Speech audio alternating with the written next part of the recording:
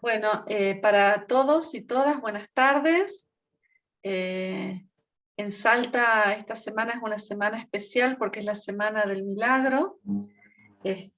Así que es probable que algunas compañeras y compañeros no estén presentes hoy. Les voy a presentar al doctor Gonzalo Torres, que va a dar... Ahí te veo, hola Gonzalo. Hola, ¿qué tal? Que va a dar una charla que se llama Aplicaciones y alcances del estudio del polen. Estuvimos viendo cosas de polen con Norma Hilgert, que estuvo contando algunas relaciones con el tema de las abejas, que los chicos escuchaban esa charla muy interesante.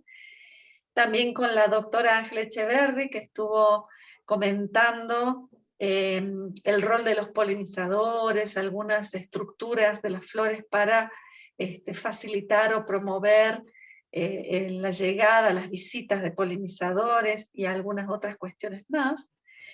Bueno, Gonzalo Torres es doctor, docente de la Cátedra de Ciencias de la Tierra de la Facultad de Ciencias Agrarias de la Universidad Nacional de Jujuy, es investigador del CONICET y es miembro del Instituto de Ecorregiones Andinas, como recién nos contaba, que es el INECOA, con sede en Jujuy. Y su trabajo actual consiste en la reconstrucción paleoambiental del Holoceno tardío en los ecosistemas de montaña.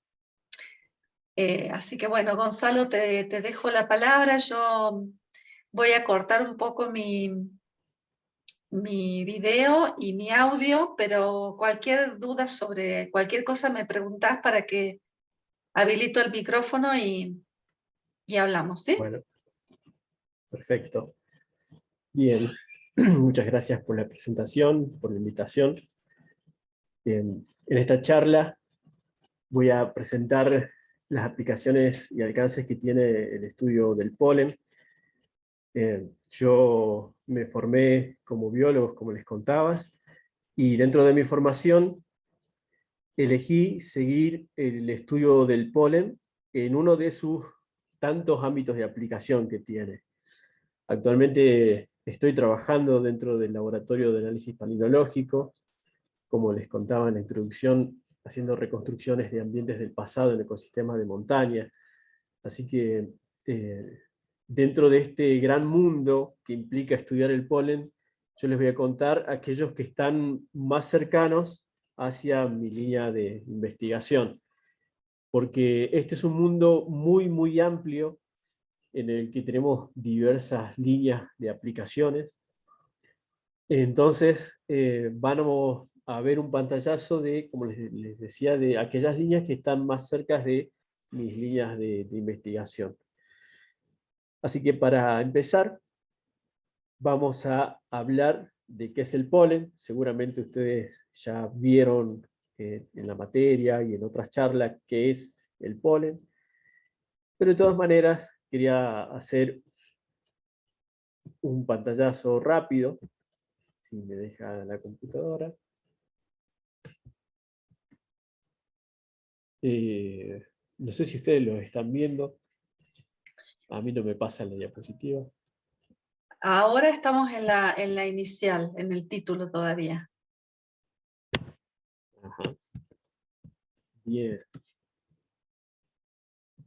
¿Por qué no me está pasando en la diapositiva? Ahí está. Ahí está, ahí sí. Bien. Bueno, entonces para hacer un pantallazo rápido sobre qué es el polen, primero hay que hablar de la gametogénesis, en donde se produce el polen.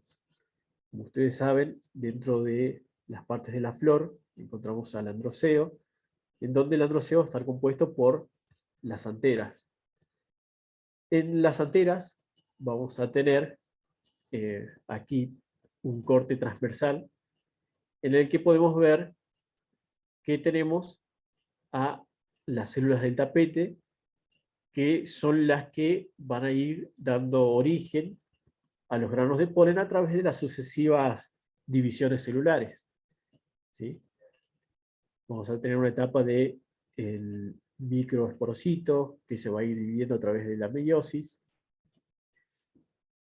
La meiosis va a ir dando como resultado diferentes células, que a su vez, una vez dividido estas células, por mitosis, van a ir dando lugar u origen a los granos de polen, que como vemos aquí, los granos de polen tienen dos núcleos, un núcleo generativo y un núcleo vegetativo.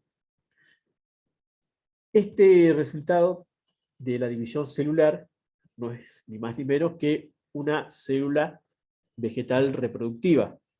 Eso es el grano de polen, ¿sí? O el microgametofito, ¿sí? O el gametofito masculino, ¿sí? De las plantas. Bien, una vez explicado qué es el grano de polen, cómo se genera, cómo se origina, pasamos a la ciencia que estudia el grano de polen. ¿Cómo iniciamos con el estudio del grano de polen? A través de la palinología, que etimológicamente esta palabra surge a partir de las observaciones de cómo las plantas emiten esta harina, este polvillo que se observaba, ¿sí? A partir de estas observaciones, entonces es que podemos decir que la palinología proviene del griego paluno, que significa desparramar o esparcir, o bien de palé, que hace referencia a este polvillo que vemos acá, en esta imagen. ¿Sí? Entonces, la palinología es la que se va a encargar del estudio de los granos de polen. Pero también va a incluir a las esporas de lechos y de hongos, de musgos, quistes de algas y otros palinomorfos microscópicos. Y aquí hago la aclaración de que la palinología incluye a todos estos grupos, tanto actuales como fósiles. Y vamos a ver aquí, a partir de aquí, tanto grupos actuales como fósiles, cómo son estudiados y cómo cada uno de estas líneas de trabajo que tiene la palinología va a tener también su alcance en un campo, ¿sí? Entonces, aclarado de cómo se origina el polen y que la palinología involucra el estudio de esos granos de polen, y además también vamos a incluir esporas de lechos y hongos, actuales y fósiles, vamos a ver algunas de las ya aplicaciones y sus alcances. Bien, vamos a esperar un poquito para eso. Con respecto al grano de polen en sí, vamos a tener una estructura general cuando lo observamos al microscopio óptico. Esa estructura general va a estar dispuesta por una capa externa, que es la exina, una capa interna, la intina, que es la que contiene el citoplasma, y a los núcleos, a los dos núcleos, como veíamos en el origen del grano de polen, vamos a tener a los dos núcleos dentro de la intina. Y por otro lado vamos a tener, aquí más que poros, las aperturas. Entonces, la combinación de todos estos caracteres los vamos a considerar caracteres diagnósticos para posteriormente, en la observación, poder hacer la identificación, ¿sí? Porque vamos a ver de que la combinación de todos estos caracteres diagnósticos es tan amplia que nos va a nosotros permitir identificar cuáles son las plantas que le dan origen, o las plantas parentales. Y esto es usado como una herramienta en la sistemática, porque nos puede ayudar a determinar familias, géneros, especies. Bien. Como vemos, la morfología del grano de polen a raíz de la combinación de estos caracteres diagnósticos es muy, muy diversa. y podemos tener una combinación tan grande que, como les decía, nos va a permitir identificar familias, géneros y especies. ¿Sí? Aquí vemos una lámina con varios ejemplos de cómo puede ser la morfología del grano de polen. Y si pasamos ya a la terminología específica de cómo definir cada uno de estos caracteres, vamos a ver de que en principio tenemos diferentes tipos, dependiendo de cómo se agrupen o cómo se dispongan en el resultado final de la microesporogénesis. Vamos a tener a aquellos que están solitarios, ¿sí? Que van a formar mónades, que la mayor parte de los granos de polen que encontramos son mónades, es decir, es el grano de polen solo. ¿Sí? Una vez que ocurrió la división celular, después se divide, ¿sí? Formando estas mónades. O bien pueden quedar pegados, formando díades, o bien agrupados, formando las políadas. ¿Sí? Que si volvemos aquí en el caso anterior, estos son ejemplos de políadas, ¿sí? Donde vemos cada uno de los granos de polen que están ahí pegados, agrupados. Todos estos que vemos aquí arriba son las políadas, mientras que todos estos que vemos acá, estos granos de polen solitos, son las mónades. Bien, y así encontramos otro tipo de disposiciones, ¿sí? Si pasamos a la capa externa, cuando veamos la estructura del grano de polen, vamos a ver de que esa capa externa o exina va a tener diferentes ornamentaciones, desde lisa hasta espinas, báculas, gemas, estrías, y cada una de esas ornamentaciones recibe su nombre particular, ¿sí? Silado para liso, clavado cuando tiene disposiciones parecidas a gemas o clavos, esquinas cuando tienes espinas, baculados, cuando tienes unos bastoncitos, y así. Cuando nos referimos a las aperturas como carácter diagnóstico también nos ayuda muchísimo a determinarlo. Y aquí podemos hacer diferencia de diferentes tipos de aperturas. En este caso, monoletes y triletes, estamos hablando de esporas de lechos, cuya apertura se le llama lesura. ¿Sí? Aquí hay una sola lesura, por eso monoletes, y triletes cuando tienen 3 lesuras. Por otra parte, podemos encontrar granos de polen que tienen aperturas del tipo poro, ¿sí? Y el número de poro también va a ser un carácter que nos va a ayudar.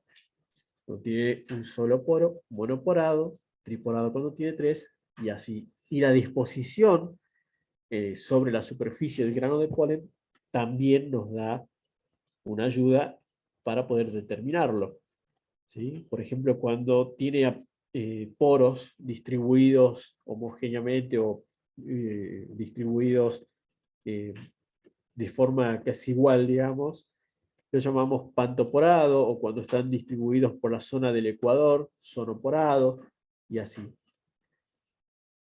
El otro tipo de apertura que también nos ayuda a identificarlo es el colpo, ¿sí? Y también su número, así como en el caso de los poros, también va a tener su nombre particular: monocolpado, tricolpado, la disposición de los colpos alrededor de la superficie, ¿sí? Bueno, a partir de esto, del estudio de la morfología, ¿sí? Para poder identificar taxones, vamos a pasar a el tamaño, que también va a ser de importancia, porque puede variar desde muy pequeño, menor de 10 micras. Este es un ejemplo del género Piper, que son granos de polen dentro de los más chiquitos que podemos encontrar, hasta los más grandes, como el género Hibiscus, que puede incluso hasta superar las 100 micras. Esto como para que veamos ejemplo de los extremos, desde muy chiquito hasta muy grande. Y por otro lado, la forma que esto se hacen mediciones al microscopio, en donde hacemos comparaciones de lo que llamamos eje polar, en donde medimos de un extremo del grano de polen hacia el otro, en los polos, y el eje ecuatorial. ¿Sí? La relación que tienen estos dos ejes nos va a permitir definir su forma, de las cuales tenemos tres principales. Los prolados, que son más largos que anchos, los esferoidales, en donde el eje polar y el eje ecuatorial son de aproximadamente la misma longitud, y los oblados, que son más anchos que largos. ¿Sí?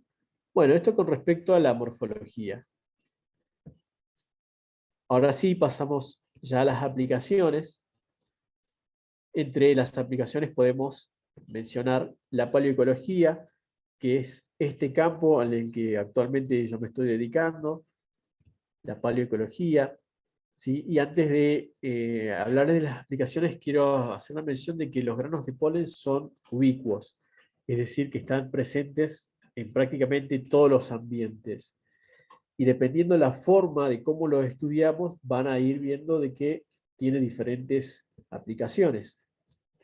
En el caso de la paleoecología, podemos utilizarlo en la reconstrucción de paisajes. Aquí tenemos un ambiente general en el que está mostrando esta imagen cómo a partir de un ambiente sedimentario, como puede ser un lago, una laguna, la flora que está alrededor, que se desarrolla alrededor de ese lago o laguna, emite polen. Y ese polen que se emite sedimenta en el lago.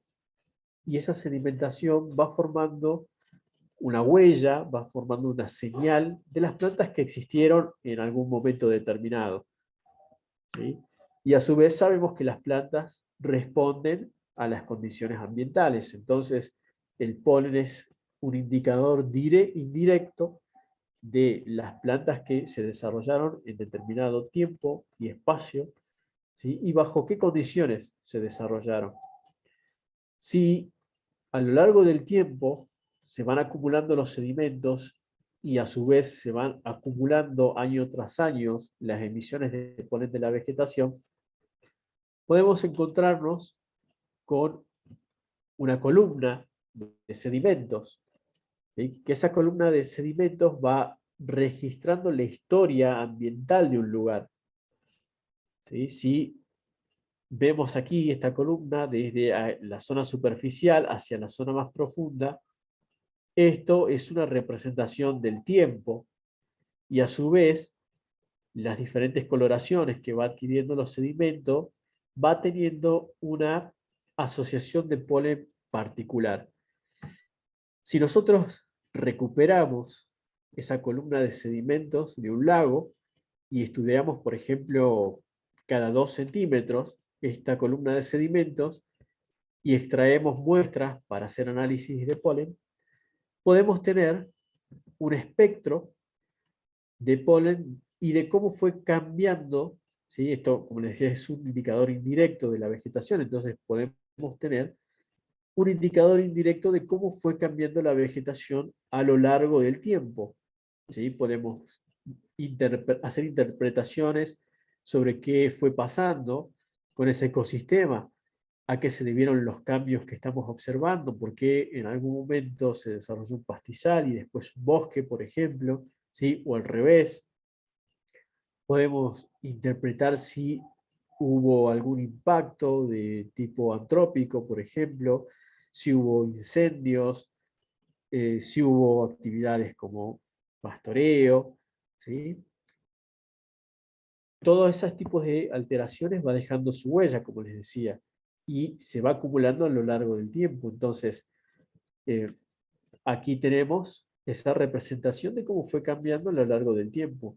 Por supuesto, para poder precisar el tiempo que representa esta columna de sedimentos, vamos a requerir de algún análisis extra, como por ejemplo dataciones carbono 14, que nos va a permitir a nosotros ponerle un marco temporal a esta columna de sedimentos, ¿sí?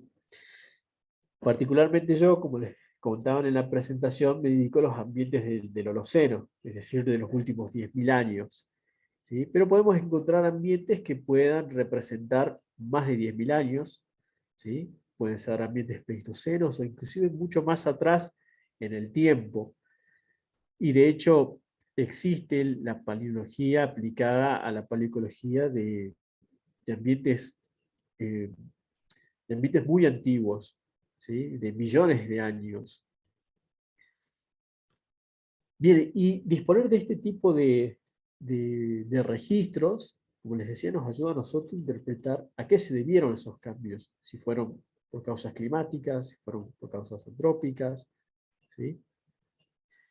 Y donde recuperamos, además de los lagos, este tipo de secuencias, también la vamos a encontrar en turberas, donde mediante perforaciones recuperamos esos sedimentos, ¿sí? Las turberas también son ambientes propicios porque son ambientes en donde la exina no es capaz de degradarse, o más bien este tipo de ambientes le favorecen a que se conserve la exina. Entonces, por eso se pueden recuperar polen de hace miles de años o millones de años, ¿sí? Siempre que el ambiente sea propicio, vamos a poder recuperar esos granos de polen porque la exina está compuesta de un polímero muy parecido al de los plásticos. Entonces no se degrada tan fácil si es que está en ambientes como estos. Aquí tenemos otro caso, en un perfil aluvial, ¿sí? En donde toda esa secuencia que podemos ver, como les decía, es la representación de acumulaciones de sedimento a lo largo del tiempo, que a su vez van guardando como un archivo natural lo que fue pasando a lo largo del tiempo. Por otro lado, tenemos otro tipo de, eh, eh, otro tipo de registros, como son estos pack-rat middens, que son una mezcla de heces y orinas de roedores que viven en ambientes desérticos. Este tipo de registro conserva la flora de la que se alimentaban este tipo de roedores y se puede recuperar polen de aquí también. Entonces, se puede hacer reconstrucciones de cuál era la dieta de estos animales y a su vez, al tener la flora disponible de esa dieta, hacer inferencias sobre el ambiente en el que crecían esas plantas. Por otro lado tenemos los small hollow, que esto se practica mucho en áreas boscosas y sobre todo del hemisferio norte, que son zonas de depresión dentro del bosque, que se comportan de una manera casi similar a como si fuese una lagunita que se está secando y que si recuperamos los sedimentos acumulados ahí en esas zonas de depresión, podemos hacer una reconstrucción paleoecológica. Y el alcance que tiene poder hacer este tipo de reconstrucciones es que hay organizaciones que se dedican a recabar datos de todo el mundo, en donde se puede armar la historia de un lugar, la historia climática de una región, por ejemplo. Este tipo de organizaciones que se dedican a recabar datos de todo tipo, ¿sí? No solamente polen, el polen es un dato más, hay, como verán, hay información de anillos de crecimiento de árboles, de corales, de hielo, ¿sí? Todo tipo de archivo que pueda, un archivo natural que nosotros podamos hacer reconstrucciones. Bueno, este tipo de organizaciones utilizan esos datos para crear modelos, para crear diferente información que pueda ser útil al momento de charlar sobre el cambio climático, ¿no? Al momento de que se tenga que discutir información sobre el cambio climático, la perspectiva histórica que tiene este tipo de organizaciones, ayuda muchísimo a esta discusión, ¿sí? Entonces, la información generada a partir de todas estas reconstrucciones que hacemos nosotros resulta muy útil para poder hacer proyecciones incluso hacia el futuro, ¿sí? Saber de qué manera o a qué se debieron los cambios por ejemplo, en las unidades de vegetación, si hubo desplazamientos, si hubo migraciones, si hubo persistencia, adaptaciones, ¿sí?, de las plantas a esas condiciones ambientales, ¿sí? Toda esa información nos sirve para hacer proyecciones hacia el futuro también. Bien, otro tipo de aplicaciones que tiene el estudio del polen es hacia la agronomía. En este caso, este tipo de aplicación se trabaja en el laboratorio donde yo estoy trabajando y se dedican colegas míos a este tipo de aplicación. En este caso, ellos se dedican a la melisopalinología, que es el estudio del polen, en productos de la colmena. Entre los productos de las colmenas, los más característicos son las mieles, propóleos, el polen corbicular, que es el polen que va colectando la abeja, ¿sí?, cuando visita las flores, y lo va juntando en ese tercer par de patas que se llaman corbículas, y ese es el polen corbicular. Y también los garbage pellets, que son desperdicios de las cosas que utilizan las abejas, ¿sí?, diferentes tipos de fuentes de alimentación que lo va, lo va descartando. Entonces, ese desperdicio se llama garbage pellets. La importancia que tiene estudiar el polen en todos estos productos de la colmena es que se pueden hacer diferentes estudios de origen floral, por ejemplo, ¿sí? Determinar el origen de esas mieles, determinar qué tipo de flora está utilizando esa abeja para la elaboración de la miel, ¿sí?, el tipo de manejo que se le puede dar a la colmena.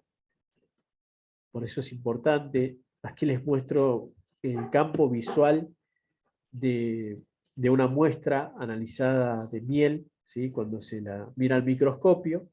Generalmente este tipo de campo se suele ver en las mieles o todo producto relacionado con las abejas suele tener muchísimo polen. Y aquí les muestro un ejemplo.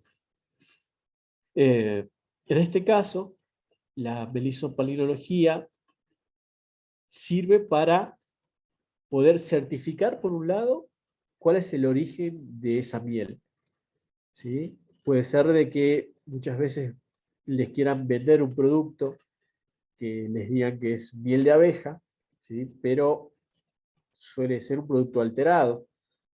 Entonces, a través de la melisopalinología se puede saber si efectivamente es una miel floral, ¿sí?, producida por abejas, y a su vez certificarla de qué tipo de especies está compuesta esa miel, ¿sí? A grandes rasgos se puede clasificar mieles monoflorales cuando la abeja utiliza una gran diversidad de fuentes de néctar para producir esa miel, o pueden ser mieles monoflorales cuando la abeja utiliza por lo menos más del 70% del polen que se halla en esa miel está, o pertenece, mejor dicho, a una determinada especie.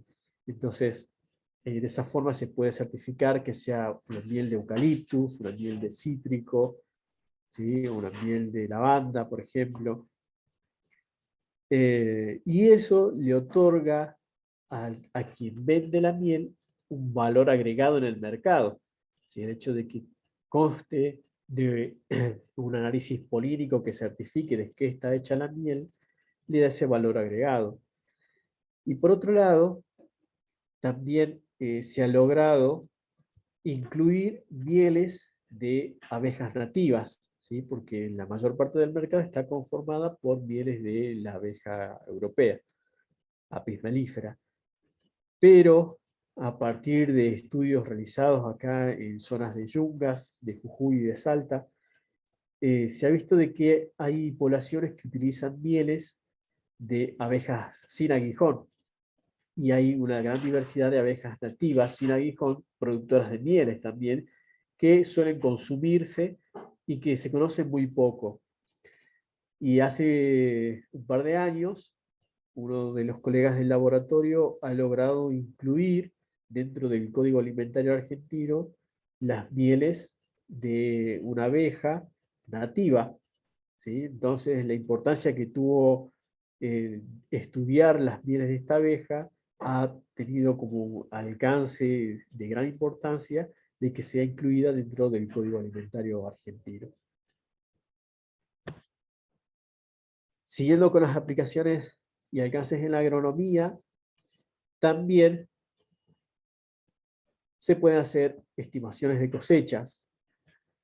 Recientemente, una alumna de ingeniería agronómica está proponiendo hacer estimaciones de cosechas en cultivos de vid en la zona de Quebrada de Humahuaca, ¿sí? Y para esto se utiliza el polen que está circundando en la atmósfera, ¿sí? Y para esto sí se requiere estudios ya de largo plazo porque se necesitan varios años para hacer correlaciones entre lo que se mide en el aire, lo que se capta de polen en el aire con respecto a las cosechas que se obtienen, ¿sí? Entonces, hay algunos cultivos que han sido muy estudiados, como por ejemplo el olivo, y se sabe de que cuando se supera un umbral determinado de concentración de polen en el aire, es esperable que la cosecha sea buena, mientras que cuando cuando en algunos años se determina de que la cantidad o concentración de polen en el aire es menor a ese umbral determinado, la cosecha sea inferior a lo esperable, ¿sí? Para esto hay varios diseños en los que se requiere hacer correlaciones, determinación de índices, ¿sí? Para poder hacer una estimación lo más precisa posible de cierto cultivo, ¿sí? Y por otro lado, también es importante para la prevención de patógenos. Si se hace un monitoreo en las diferentes épocas del año, se puede saber en qué momento empiezan a aparecer los patógenos, sobre todo los hongos, ¿sí? Para que el productor pueda tomar medidas preventivas para evitar que la planta se enferme, la cosecha se enferme, ¿sí? Entonces, esta información es útil para aquellos productores que deseen mejorar el rendimiento de sus cultivos.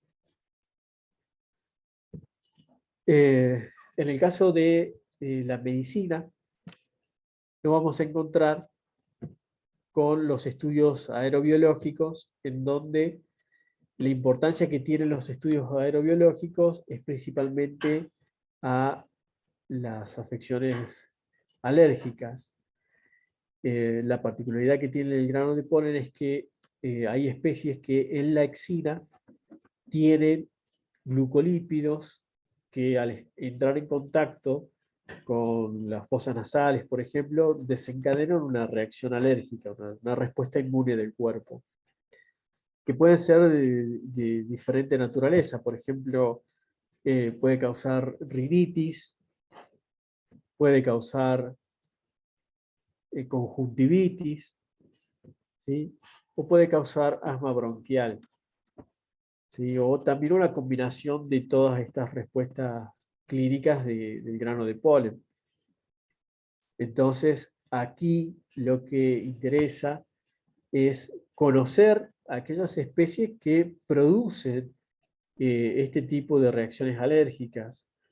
Y en Argentina se ha avanzado con estos temas, pero todavía falta mucho por avanzar y seguir profundizando en el tema, porque en nuestro caso hicimos mediciones de polen atmosférico en zonas urbanas, en la ciudad, y habíamos detectado de que había ingresos de flora que no estaba ni siquiera presente en el arbolado urbano, sino que estaba ingresando de las zonas periféricas.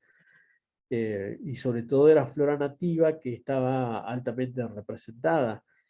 Y ese tipo de granos de polen de esas especies todavía desconocemos si desencadenan o no alguna de estas respuestas.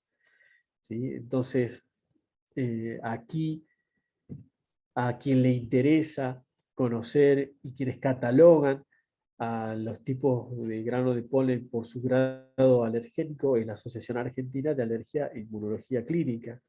Entonces, la información que se genera a partir de estos estudios, ellos toman esta información para después ponerla disponible cuando una persona se tiene que hacer los tratamientos de alergia.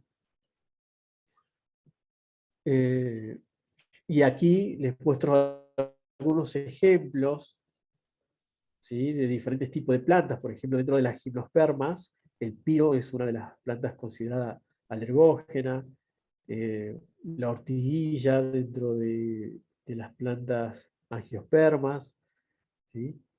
Este grano de polen en particular es uno de los que mayor potencial alergógeno tiene, igual que el grano de polen de gramíneas o de poáceas, ¿sí? Son plantas que suelen estar presentes en altas concentraciones y pueden causar cualquiera de las tres respuestas que veíamos anteriormente.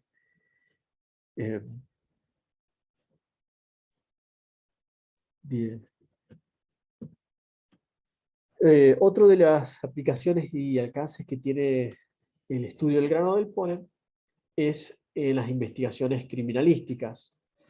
Nosotros estamos recientemente incursionando en este campo a través de estudios que estamos realizando en Tucumán.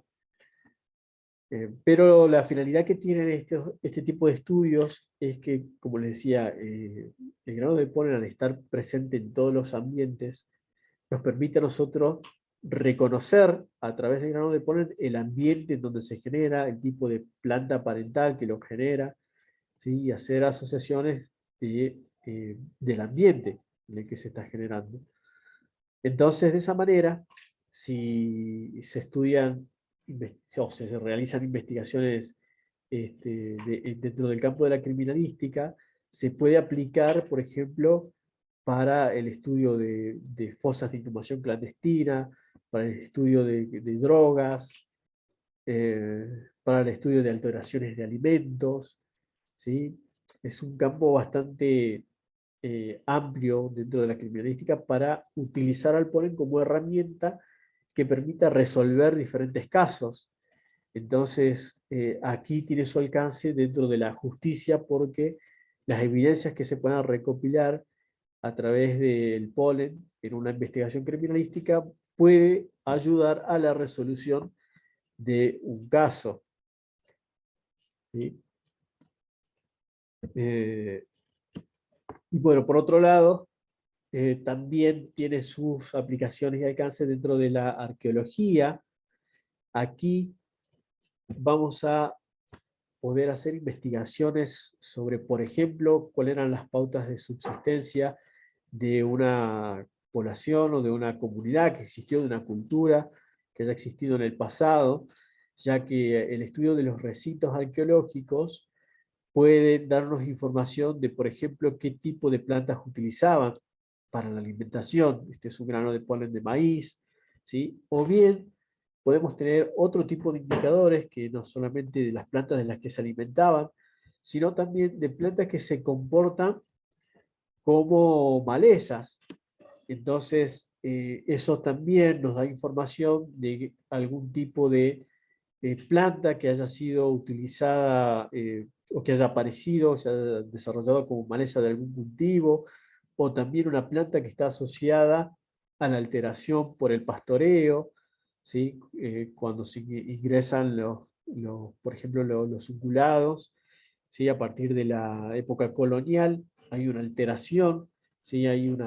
Se puede ver en el registro de plantas que empiezan a aparecer las plantas europeas, tanto las que aparecen con la introducción del ganado, como aquellas que aparecen eh, para la alimentación también, ¿sí? Se empieza a ver ya polen de arvejas, por ejemplo, de manzanas, ¿sí? Mientras que antes, por ejemplo, en el periodo precolonial, se puede diferenciar porque se encuentra mucho polen de zapallo, maíz, papa, ¿sí? También se puede recuperar el polen de la pintura rupestre, ya que muchas veces la